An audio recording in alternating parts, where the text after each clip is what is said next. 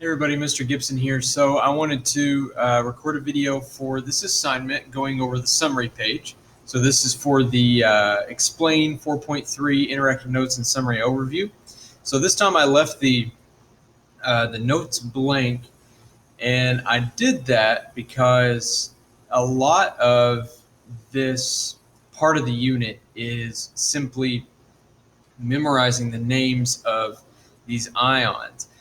For the monatomic ions, or the ones made up of one atom, they're pretty simple. The metals keep their names, and the nonmetals end with IDE. But with the polyatomic ions, you really just have to get used to those names and memorize those names. So I thought it'd be more beneficial for you to actually have to type those in than it would be just to answer questions about them. So that's why I left those blank this time around.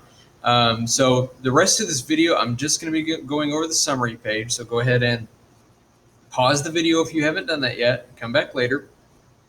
And so if I assume if you're watching this point, after this point, then you've finished the summary page and you're back to check your answer. So let's go ahead and get started so I don't waste your time.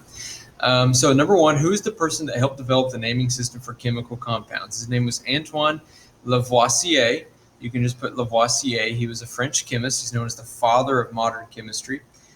He did a lot with chemistry, but one thing he did was help come up with a naming system for chemical compounds. And it's so important that we have that system because it's kind of a universal language. If you're a scientist anywhere in the world, you want to be able to communicate with other scientists about what chemicals you're using and the studies you're doing. And so having a kind of a universal way to name compounds is really important.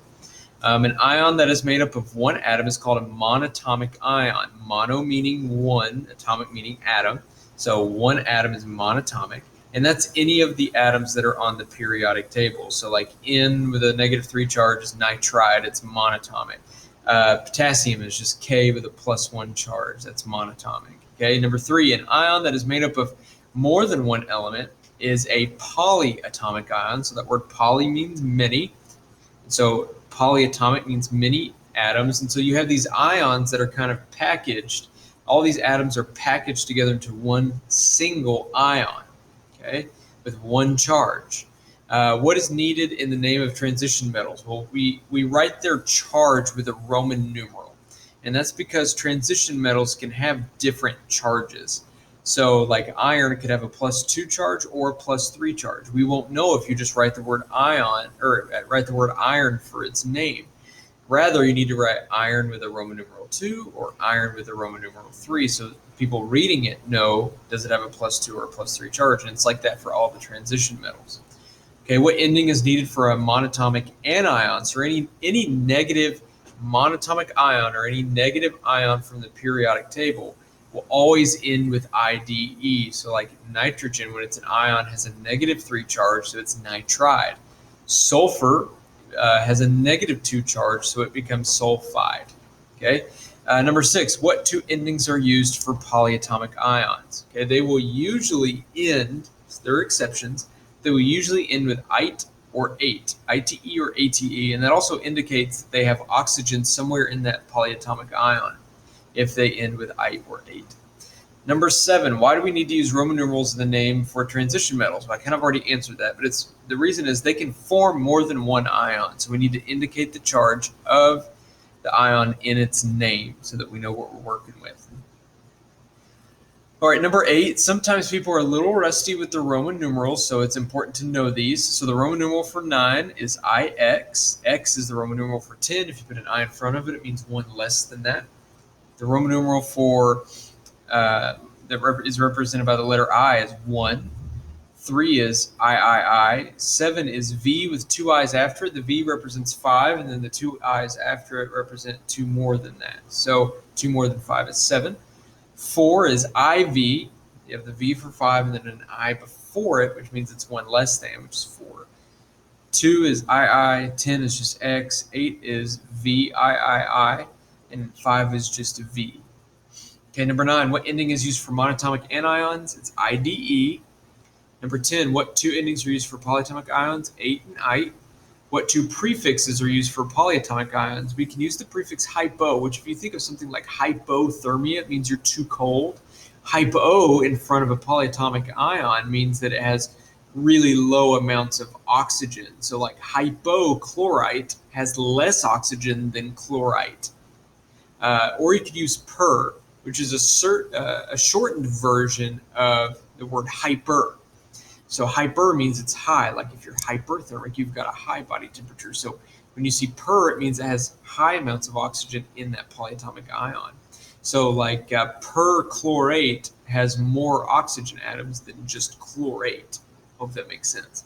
Number 12, on the periodic table, write the charge that corresponds with each group. Group 1 will always have a +1 charge. 2 will always have a +2. Skip the transition metals. Group 3A or group 13 will have a +3 charge. Group 5A or group 15 will have a -3.